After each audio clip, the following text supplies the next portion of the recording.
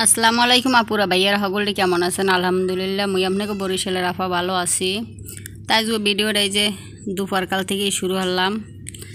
তো মুই এই যে মায়ের কতগুলো কাপড় চোপড় ধুয়ে দিছি, এর আগেও ধুইছি আর বাহি জাল সেগুলো ধুয়ে দিছি।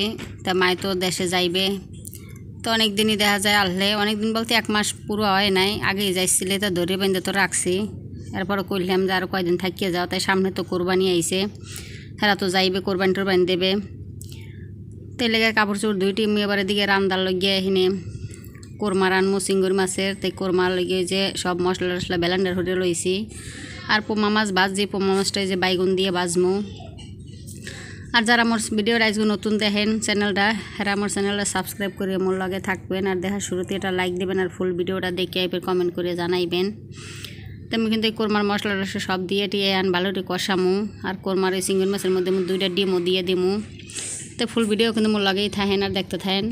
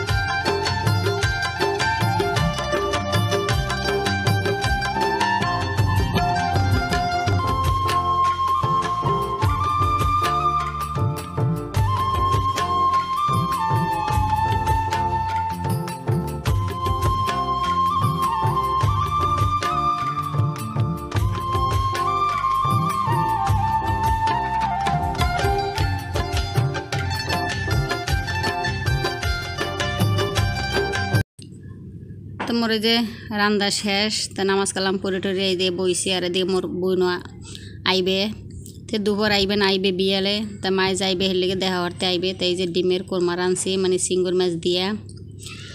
আর ওই যে শাক ভাজি, ডাঁড়া শাক, আর ওই যে পোমা মাছ লাল পোমা দিয়ে বাইগুন দিয়ে ভাজি। তো ডাইল আছে ফ্রিজে, হেডা নামো মুনা কেডা থাইক খাইবে না কেউ, আলু ভর্তা হ্যাঁ রইছে কেউ থাইক, কারণ ঘুরে গাড়াতে। আর এই যে কোরমা এটাই হ্যাঁ যে এবার কিছু লাগবে না। তো ডিম আবার এই যে ডিম লইলাম, তো আমি তো বিসমিল্লা করে খাওয়াটা শুরু করলাম। তো ডিমের কোরমার আগে কয়েকদিন রাঁধছিলাম, তাই আবার এই যে কয়টা চিংড়ি মাছ আনলে। আর মায় তো হে বুড়া মানুষ, ওই ঝাল টাল কোনো কিছু এরকম খাইতে হারে না, তেলি খেয়ার লাগিয়ে রাঁধছি। তার লগে দেখা যায় মোরাও একটু খাইলাম সবাই অল্প অল্প করে।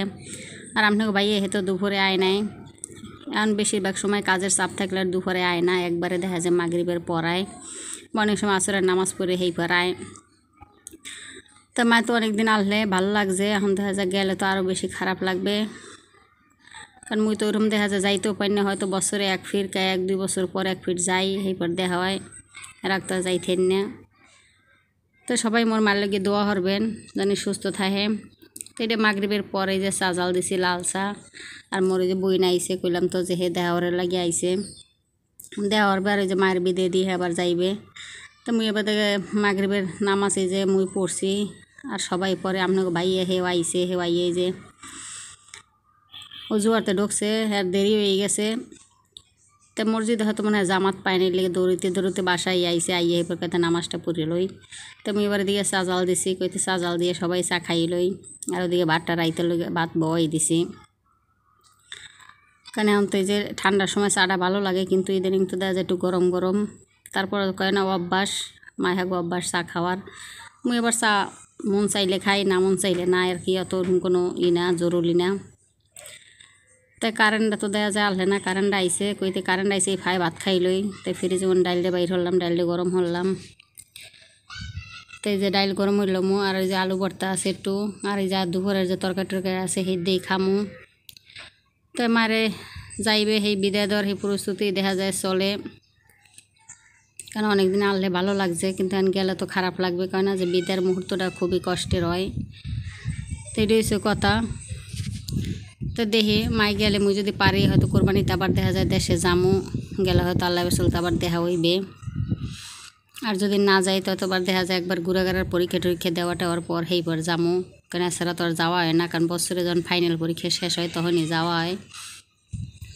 তো ভাতটা হয়ে গেছে, আর আমি রাইতের খাওয়ানটাও আনতে যায় রেডিওর মোমোরা সবাই খাইয়ে নিমো। তো যাই হোক আজকে ভিডিওটা এই পর্যন্তই। সবাই ভালো থাকবেন, সুস্থ থাকবেন। আল্লাহ হাফেজ।